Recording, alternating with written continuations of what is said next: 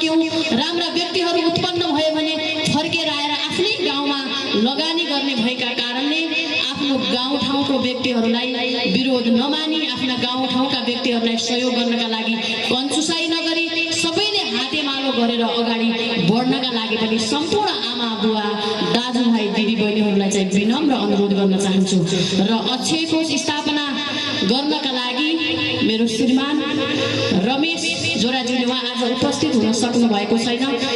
उहाँ व्यापारी हुनुहुन्छ तर पनि आफ्नो गाउँको चिन्ता, आफ्नो नगरको चिन्ता र आफ्नो परिवारको चिन्ता गर्दै आफ्नो विद्यालय उहाँले पढ्नु भएको विद्यालय भएका कारणले पनि समाज सेवा गर्नुपर्छ। आफूले कमाएको केही लगानी हामीले आफ्नो ठाउँमा पनि गर्नुपर्छ भन्ने उद्देश्यले चाहिँ उहाँकै नामबाट या उहाँले नै मलाई चेक दिनुभएको छ। उहाँ उपस्थित हुन नसकेका कारणले मैले आमा र मैले चाहिँ यो चेक हस्तान्तरण गर्ने कुरा पनि यहाँहरूका माझमा म राख्न चाहन्छु। र विशेष गरी